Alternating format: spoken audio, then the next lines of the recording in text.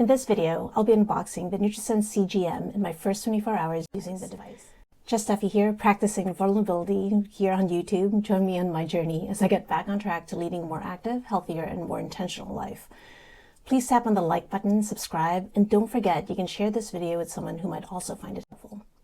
In case you don't know what a CGM is, it's a continuous glucose monitor, which is a medical device used to continually monitor blood glucose for people with type 1 and type 2 diabetes. In the US, you need a medical prescription to get one. However, now it's available to non-diabetics like me, who are interested in optimizing our health through companies like NutriSense. This is not a sponsored video. I'm totally doing this because I'm interested to know more about what my blood glucose is doing during the day as I eat LCHF, keto, and while I intermittent fast.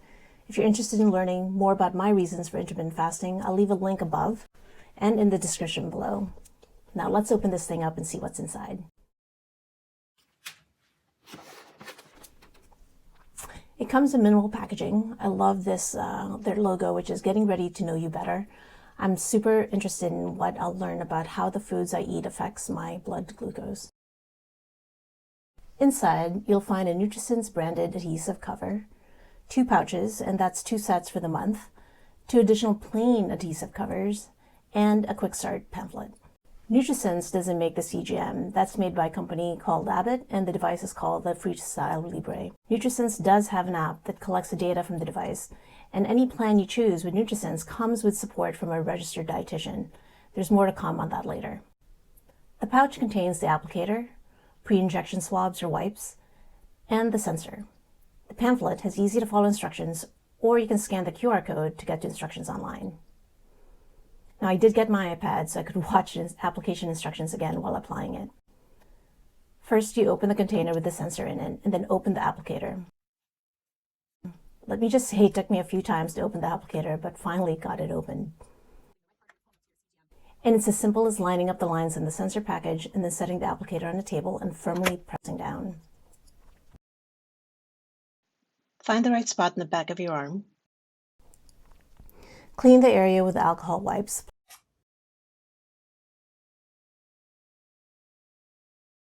Place the applicator on the site and press firmly. And that's it. Oh my God, it didn't even hurt. Next step is activating the sensor. You'll need your app and you'll need to go to settings. Choose sensor, activate sensor, then tap the device. The NFC reader is at the top edge of the phone, so I kept overshooting the device. After a few tries, I successfully activated my sensor. Then I waited an hour or so before doing the first scan. It's super easy. You go to the app, tap on the plus button and choose scan, and then scan the device. Readings are in 15-minute increments, and you have to scan at least every 8 hours. Now, some thoughts after 24 hours. I've divided it into 4 areas: getting started, daily activities, app features, and NutriSense services. So let's get started with getting started. Did it hurt applying the device? No, applying the device did not hurt for me, but I think after seeing the needle, it kind of freaked me out, and I started to think about the mechanics of it all. Again, it did not hurt, and will never get back those 8 minutes of my life that it took me to apply it. So just press the darn thing and you can move on. Now, applying the protective covers, no easy feat. It would have been nice to have some recommendations or tutorial. I might have missed it, but it's not in the quick start guide. You can see here it was starting to come off because I applied it wrong. Anyway, I took it off and used one of the extra ones to replace it.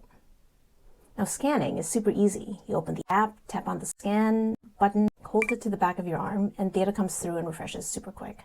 Now, during daily activities, I did sleep with it on and I didn't really notice it. It feels like you have a band-aid on your arm. You do feel it, but it doesn't hurt, and I would forget that it was actually there.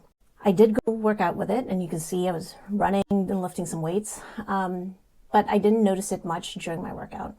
I did shower with it, and I put on an extra band-aid while I showered with it because it was puckering where I had initially put that initial bandage, and I wanted to make sure that water didn't get in there. So I did put a waterproof band-aid, but then the band-aid also fell off. But like I said, I switched to another covering and was super careful when I removed the original to make sure I didn't accidentally pull off the sensor, which, by the way, replacements are not free, and it'll cost you $85 to replace it if you wanted to replace it. Now, app features. So app features I've used so far. I've used food logging, which I personally don't like typing in foods that I've eaten. And I actually keep a photo food log on Instagram. So if you want to go check that out, check it out at fe.eatsandexercise. But this feature also lets you add in an image, so that's cool, and of course details of your food. So far, it is easy to use. It does estimate your macros and also gives you your BG when you first logged your food, and also when your blood glucose does peak. So this is super interesting, but I need to really look at it in more detail. There are other logging features. You can do manual logging for exercise, stress, fasting. You can also put in notes.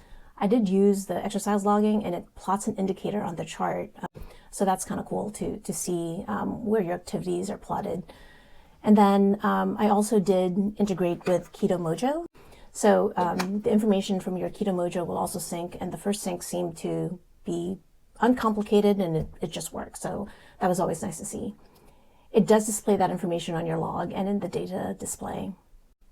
Now, NutriSense services. I did ask a quick question on the support page about when to log food or exercise, and I got a response within 30 minutes.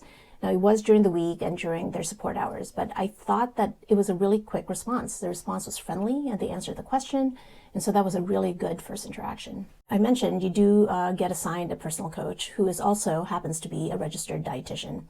That person contacted me within 24 hours, and she has access to my data and my health objectives, and even during my first interaction, it was a quick response back.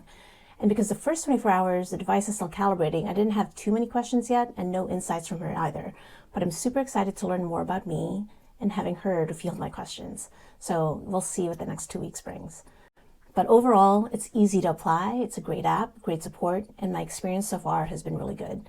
I'll be back in a couple of weeks to let you know how my first 2 weeks went. And I'll share how I got to know me better.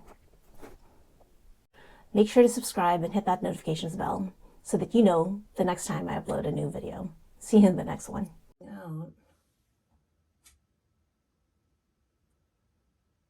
That's the actual... That's it, she says. Shouldn't hurt, she said. Shouldn't hurt. Okay. Oh my god. I thought this might be easier, but I'm a little afraid. It won't hurt. I mean, those people barely flinched. Okay. 1, 2, 3. How hard do you have to push? Do the same thing. 1, 2, 3. Oh my god, it didn't even hurt. Oh my god.